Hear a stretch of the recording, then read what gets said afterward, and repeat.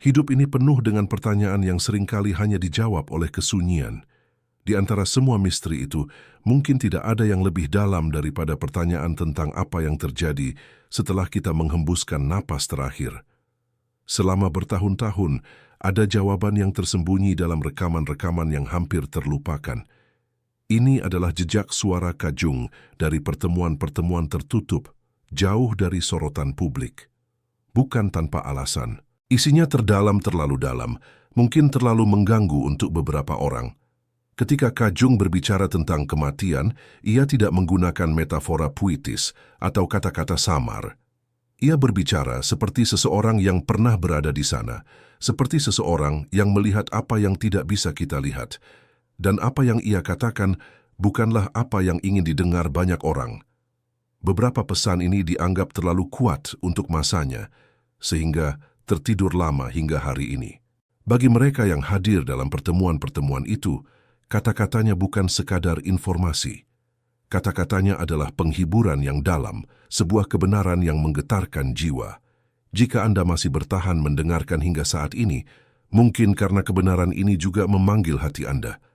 Kami mengundang Anda untuk berlangganan saluran ini, karena bersama kita akan menyelami pesan-pesan tersembunyi ini lebih dalam.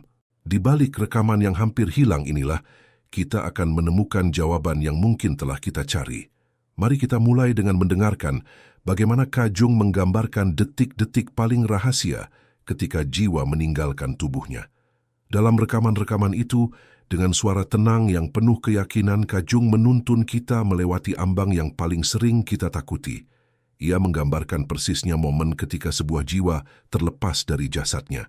Bukan sebagai peristiwa yang menakutkan, tetapi seperti melepaskan baju berat yang telah lama dikenakan. Bayangkan sebuah perasaan kelegaan yang mendalam. Beban fisik yang selama ini dirasakan tiba-tiba menguap. Dalam deskripsinya, kematian seringkali lebih lembut daripada sekadar tertidur.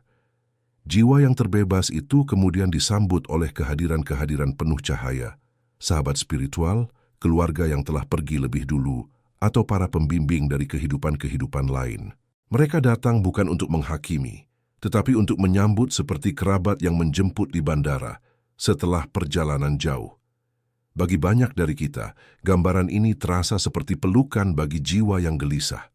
Kajung menyebut bahwa penderitaan bukanlah akhir, melainkan sebuah persiapan. Di seberang sana yang menanti bukanlah kekosongan tetapi sambutan, pelajaran dan tugas baru. Ia melihat air mata yang tumpah dalam pertemuan-pertemuan itu. Bukan air mata keputusasaan, melainkan air mata kedamaian saat sebuah kebenaran yang dalam akhirnya tersentuh. Namun setelah sambutan hangat itu, kemana jiwa-jiwa ini pergi? Apa yang sebenarnya menanti mereka di rumah yang baru? Jika kematian hanyalah sebuah pintu, maka seperti apakah ruangan di baliknya? Setelah melewati momen transisi yang penuh kedamaian, jiwa yang baru terbebaskan itu memasuki sebuah realitas baru. Kajung menggambarkan alam spiritual bukan sebagai tempat yang abstrak atau samar, tetapi sebagai dunia yang nyata dan terstruktur. Dunia ini memiliki pemandangan, bangunan, dan komunitas yang kompleks. Seringkali ia sebut sebagai koloni spiritual. Di sana, jiwa-jiwa tidak hanya berkeliaran tanpa tujuan. Mereka menjalani kehidupan yang penuh makna. Ada tempat-tempat khusus untuk pemulihan, mirip dengan rumah sakit, di mana jiwa-jiwa yang lelah dapat beristirahat dan disembuhkan oleh energi cahaya. Ada juga pusat-pusat pembelajaran, seperti sekolah atau perpustakaan agung, di mana jiwa dapat merefleksikan pengalaman hidupnya dan mempersiapkan babak berikutnya dalam perjalanan evolusinya. Kajung menekankan bahwa suasana hati dan kondisi batin seseorang saat meninggal sangat mempengaruhi pengalaman awal mereka di alam ini. Jiwa yang penuh kedamaian dan penerimaan akan dengan mudah menyesuaikan diri dan menikmati keindahan alam spiritual. Sementara itu, jiwa yang masih penuh dengan emosi berat seperti kemarahan, ketakutan, atau keterikatan yang kuat mungkin membutuhkan waktu lebih lama untuk menyadari keadaan barunya dan menerima bantuan yang tersedia.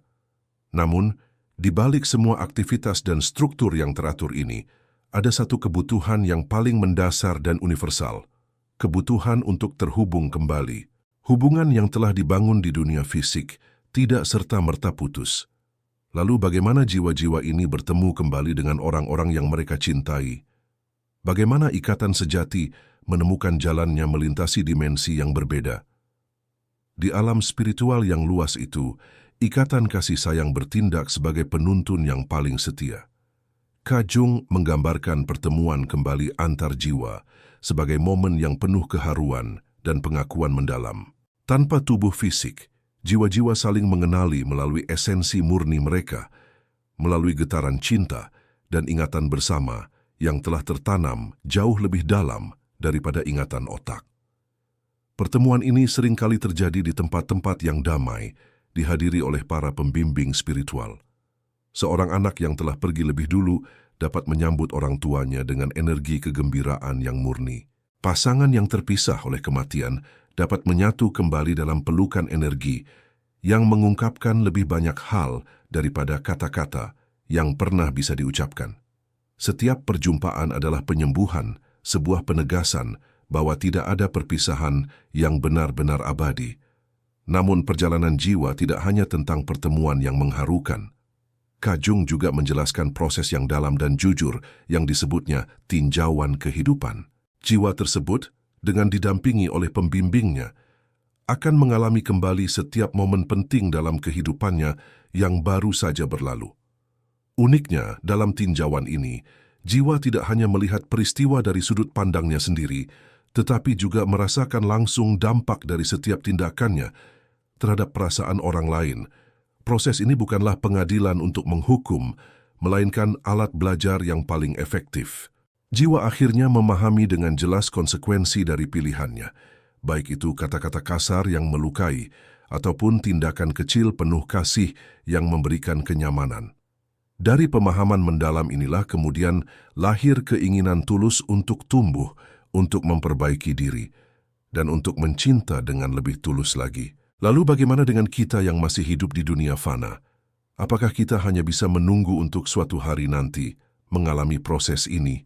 Atau adakah cara bagi kita untuk tetap terhubung dan bahkan membantu mereka yang telah pergi lebih dulu?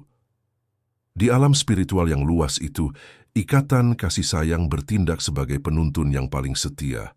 Kajung menggambarkan pertemuan kembali antar jiwa sebagai momen yang penuh keharuan dan pengakuan mendalam. Tanpa tubuh fisik, jiwa-jiwa saling mengenali melalui esensi murni mereka, melalui getaran cinta dan ingatan bersama yang telah tertanam jauh lebih dalam daripada ingatan otak. Pertemuan ini sering kali terjadi di tempat-tempat yang damai, dihadiri oleh para pembimbing spiritual. Seorang anak yang telah pergi lebih dulu dapat menyambut orang tuanya dengan energi kegembiraan yang murni. Pasangan yang terpisah oleh kematian dapat menyatu kembali dalam pelukan energi yang mengungkapkan lebih banyak hal daripada kata-kata yang pernah bisa diucapkan.